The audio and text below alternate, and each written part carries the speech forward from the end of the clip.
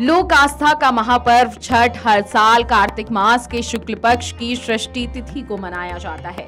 छठ पर्व पर महिलाएं निर्जला व्रत रख सायंकाल नदी, तालाब या जल से भरे स्थान पर खड़े होकर भगवान सूर्य को अर्घ्य देती हैं। जो बिहार को ठीक से नहीं जानते उनके लिए छठ को समझना थोड़ा मुश्किल है। देश दुनिया के लोग छठ के बारे में जानना चाहते हैं कि आखिर इसका इतना महत्व क्यों है, क्यों मनाया जाता है छठ पर्व। चलिए आपको विस्तार से समझा देते हैं कि क्यों छठ पर्व इतनी धूमधाम से मनाया जाता है, क्यों छठ पर्व की धूम इतनी बड़ी है। सबसे पहले आपको बता दें कि छठ पर्व का इतना महत्व क्यों है। यह लोक आस्था का महापर्व है, मतलब यह बिहार और पूर्वांचल के लोगों की आस्था का प्रतीक है। आस्था पर न तो सवाल किया जा सकता है और न ही इसका कोई जवाब हो सकता है।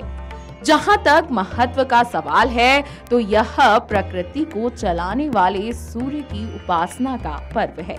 यह देवी कात्यायनी से आशीर्वाद मांगने का पर्व है।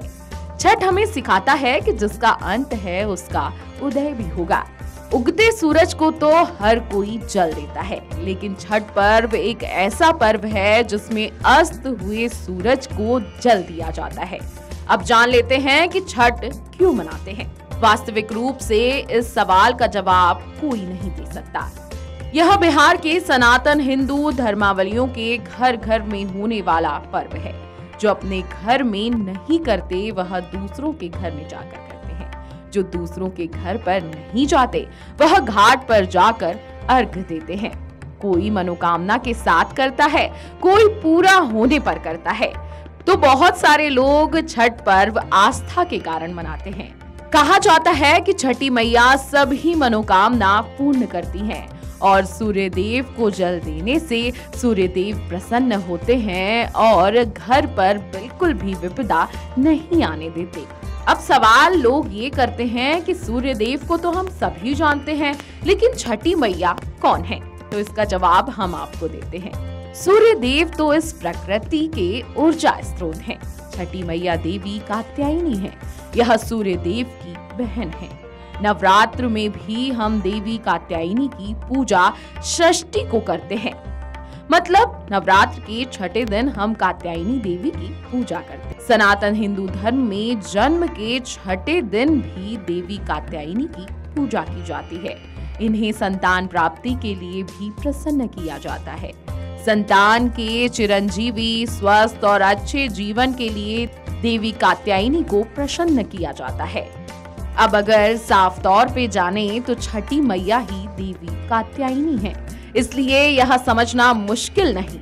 शेष छठ में सूर्य देव की पूजा तो घाट पर होती ही है। खरना पूजन पहले छठी मैया के लिए किया जाता है। अब आपको बता देते हैं कि छठ में सबसे ज्यादा महत्व किस चीज का है। किसी एक बात का ज्यादा या किसी एक बात का कम महत्व छठ में नहीं बताया जा सकता, लेकिन सबसे ज्यादा ध्यान शुद्धता और सात्विकता का रखा जाता है। कार्तिक मास शुरू होते ही लहसुन प्याज खाना अमूमन बंद हो जाता है। धनतेरस या दिवाली से ज्यादातर लोग सेंधा नमक खाना शुरू कर देते हैं। यह एक तरह से शुद्धता का माहौल बनाने का प्रयास होता है। छठ के लिए अनिवार्य शुद्धता का मानक पूरा करने के लिए पूर्ण सात्विक भोजन खाया जाता है। नहाए खाए से छठ व्रत की शुरुआत होती है।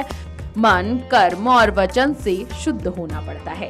नहाए खाए का मतलब तामसिक प्रवृत्तियों की सफाई है। शारीरिक रिश्तों से दूर रहना होता है। कम और शुद्ध भोजन खाना होता है ताकि शरीर का भीतरी हिस्सा भी साफ हो जाए। नहाए खाए में अरवा चावल का भात और चने की दाल के साथ कद्दू डालकर बने दल कद्दू को हर कोई खाता है। यह पूजा के लिए अलग रखे बर्तन में बनता है और यथासंभव मिट्टी के चूल्हे पर लकड़ी की आग पर इस भोजन को शुद्ध देसी घी में पकाया जाता है। अब ये व्रत कठिन क्यों है, ये भी जान लीजिए। कहा जाता है कि ये सबसे कठिन व्रतों में से एक है। दरअसल नहाए खाए के साथ ही व्रती की परीक्षा शुरू हो जाती है। नहाय खाए में शुभ सात्विक भोजन मिलता है, लेकिन उसमें सेंधा नमक रहता है। खरना के दिन मतलब सूर्योदय से शाम में पूजा होने तक जल भी ग्रहण नहीं किया जाता।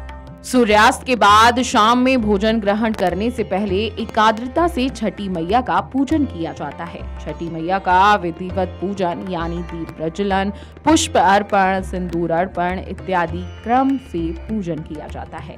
इसके बाद मीठा भोजन ग्रहण करना होता है।